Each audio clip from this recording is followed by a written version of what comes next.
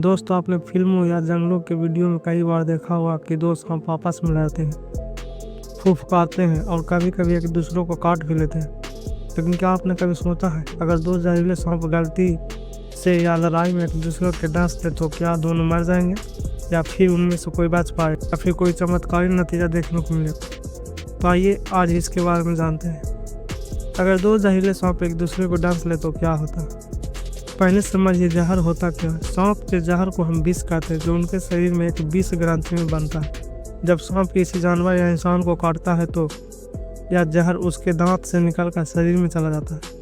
हर सांप का जहर अलग होता है। कुछ सांपों का जहर नर्वस सिस्टम को प्रभावित करता है, जैसे कि कोबरा या क्रेट, जबकि कुछ सांपों का जहर ब्लड सेल्स यानी खून की कोशिकाओं को नष्ट करता है, जैसे वाइपर या टेटल स्नेक।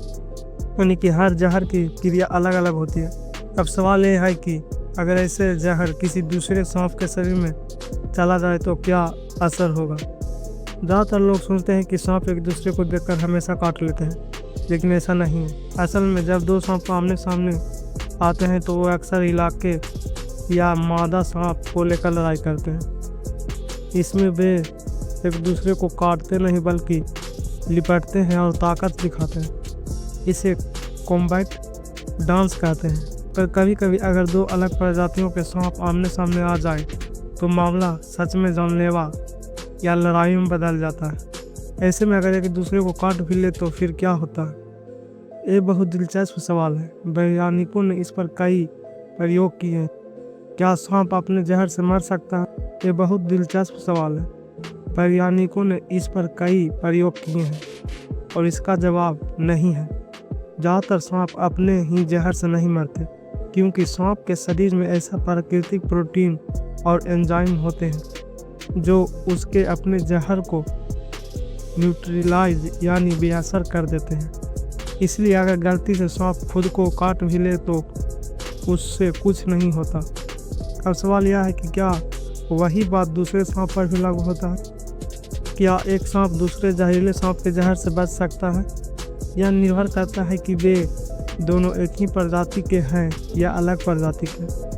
अगर दोनों एक ही प्रजाति के हैं, जैसे दो कोबरा या दो वाइपर, तो ज़्यादातर मामलों में उन्हें एक दूसरे के जहर से नुकसान नहीं होता, क्योंकि उनके शरीर में उस जहर के खिलाफ पहले से प्राकृतिक प्रतिरक्षा होती है।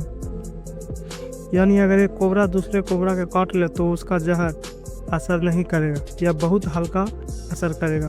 अगर दोनों अलग प्रजाति के, जैसे एक कोबरा और एक वाइपर, तो मामला पलट सकता है, क्योंकि दोनों का जहर अलग तरह से काम करता है। एक का जहर नसों पर असर डालता है, दूसरे का जहर खूनों को जमा या गलाता है।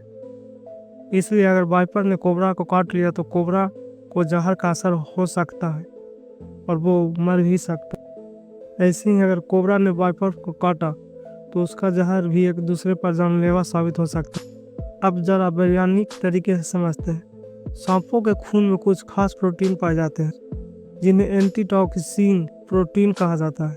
ये प्रोटीन उस जहर के अणुओं को पकड़ लेते हैं और बेअसर कर देते हैं। इसी वजह से कुछ सांप दूसरे सांपों के जहर से भी आंशिक रूप से सुरक्षित होते हैं। भारत के किंग कोबरा को कई दूसरे विषैले सांपों का जहर असर नहीं करता, क्योंकि उसके शरीर उन जहरों से लड़ने की क्षमता रखता है। लेकिन अगर कोई पूरी तरह से अलग महाद्वीपीय का जहरीला सांप उसे काट ले तो उसके शरीर की प्रतिरक्षा उतनी प्रभावी नहीं रहेगी और तब वह भी जहर का शिकार बन सकता। भारत के जंगलों में वैज्ञानिकों ने एक ऐसा दृश्य देखा था जहां एक किंग कोबरा ने रसेल वाइपर को खा लिया। वाइपर ने मरने से पहले कोबरा को काट भी लिया, लेकिन कोबरा पर वाइपर के जहर का कोई असर नहीं हुआ, क्योंकि किंग कोबरा का शरीर उस जहर को झेलने में सक्षम था। यानी यह साबित करता है कि हर सांप दूसरे सांप के जहर से नहीं मरता, बल्कि कई बार पूरा इम्यून भी होता है। लेकिन अगर दोनों अलग अलग देशों के जहरीले सांप हो तो क्या होगा। अगर एक भारतीय कोबरा और एक अफ्रीकी ब्लैक माम्बा गलती से एक दूसरे को डस ले तो क्या होगा।